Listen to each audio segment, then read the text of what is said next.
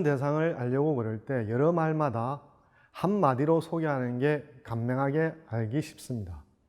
서경이라는 책도 한 문장으로 간단하게 말씀드린다면 덕의 나라를 만들기 위한 교과서다라고 말씀드릴 수 있겠습니다. 그러면 우리가 한 사람을 알려고 그러면 자기 소개를 하는 것처럼 서경의 이야기를 알기 위해서 서경에 대해서 간단하게 자기 소개하는 시간을 갖도록 하겠습니다.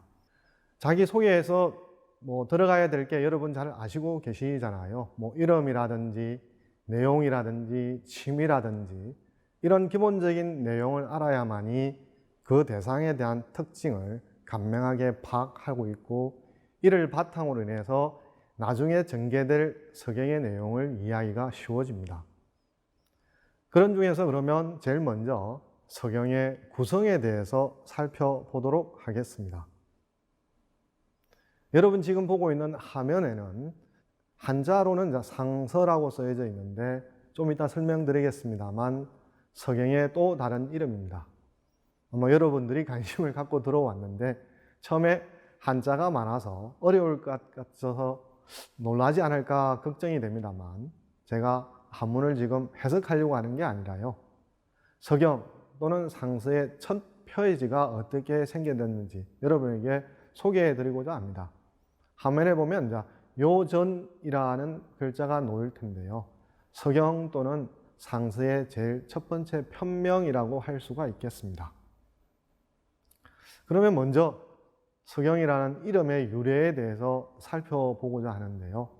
서경은 크게 두 가지로 살펴볼 수 있는데 하나는 서 또는 서경으로 불릴 때가 있고 또 한 경우에는 상서로 불릴 때가 있습니다.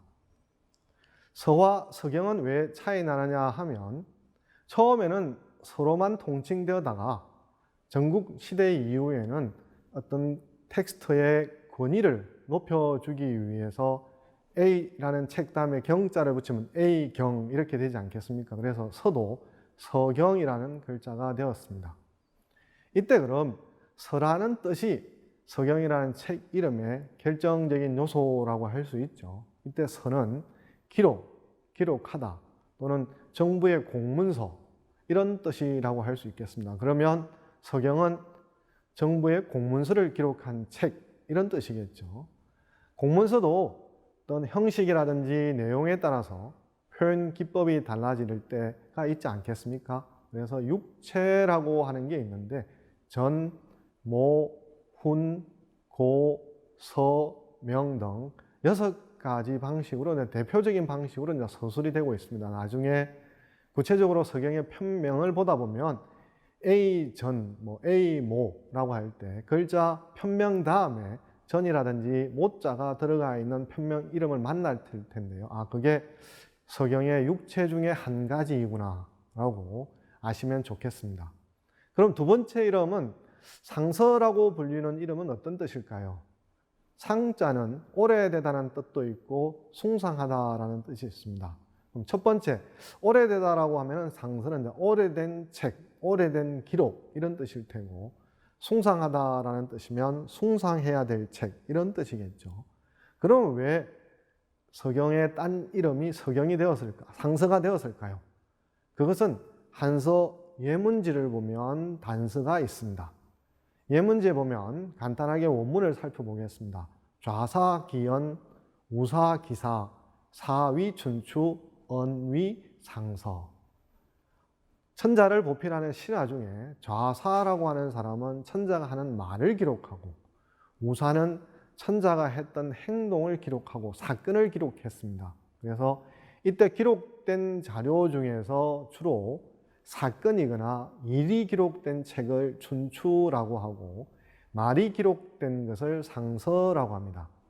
최근 여러분들도 대통령을 비롯해서 각 기관 조직의 대표자가 어떤 직원이라든지 대외적으로 메시지를 말을 해야 될 때가 많지 않습니까? 그때 말을 실수한다거나 의도와 달리 말을 전달한다면 큰 낭패를 보지 않겠습니까? 천자도 마찬가지입니다. 천자가 말하는 한마디 한마디가 국정 운영의 중요한 방향을 제시하기 때문에 실수해서는 안 되겠죠. 그래서 그런 말들을 기록한 것이 이제 상서다라고 하겠습니다. 앞으로 우리가 서경이라는 말로서 책 이름을 통일하겠습니다만, 그러나 여러분들께서는 상서라고 말하든 서경이라고 말하든 그것은 다른 책을 가리키는 것이 아니라 같은 책에 대한 다른 두 가지 이름이다 라고 기억을 해주시면 좋겠습니다. 방금 서경에는 어떤 정부 공문서의 성격을 지니고 있습니다만 형식이라든지 어떤 상황에 따라서 같은 말을 다른 형식으로 해야 될 때가 있다라고 말씀드렸고, 그래서 대표적인 어떤 형식을 든다고 했을 때 그걸 이제 육체라고 말하지 않았습니까? 그때 육체라고 하는 것들을 간단하게만 살펴보면, 먼저 저는 요전, 순전처럼 이 당시에 고대에서 성왕으로 유명한 요임금과 순임금 두 임금의 말을 주로 기록한 것이 전이라고 할 수 있게요. 모라고 하는 것은 꽤 못자 이런 뜻인데요. 군주와 군주의 팔과 다리가 되는 중요한 신하들이 서로 정치적인 현안에 대해서 어떤 식으로 일을 풀어갈까에 대해서 서로 논의한 것을 적은 글이라고 할 수 있겠습니다. 세 번째로 이제 훈이라고 하는 경우도 있는데요. 훈은 우리가 교훈이라고 쓰는 말처럼 천자나 또는 고위급 관료가 백성과 신하를 대상으로 이제 훈계하는 이런 것들을 조심하세요라고 할 때 그때 쓰는 문장의 형식이고요. 네 번째는 고가 천자가 제후에게 내리는 당부의 말씀이죠. 이런 것들은 조심해라. 이런 것들은 꼭 실행했으면 좋겠다라는 내용을 담은 것이 고고요. 서라고 하는 것은 천자가 하늘이거나 백성을 상대로 맹세하는 내용을 담고 있습니다. 우리도 뭔가 자기가 불리한 처지가 있거나 부탁할 게 있을 때 이런 거 꼭 하겠다, 이런 식으로 상대방에게 맹세하는 말을 하지 않습니까? 그런 내용을 담은 것이 이제 서라고 할 수 있겠고, 명은 명령하다라는 뜻처럼 천자나 어떤 대신이 자기 직급보다 낮은 사람에게 명령하는 내용을 담았다라고 할 수 있겠습니다. 그래서 전체적으로 보면 서경은 일종의 이제 산문 형식이죠. 운문과 산문 중에서 산문 형식인데, 그 산문 형식 중에서도 어떤 상황이거나 목적이거나 형식에 따라서 대표적으로 6가지 형식의 글로 되어 있다라고 정리할 수가 있겠습니다. 서경은 여러분들이 흔히 사서오경이라는 말은 한 번쯤 들어봤을 텐데요. 물론 여기서 사서가 뭐고 오경이 뭐고라고 답을 해보라고 그러면 못 그릴 수가 있는데요.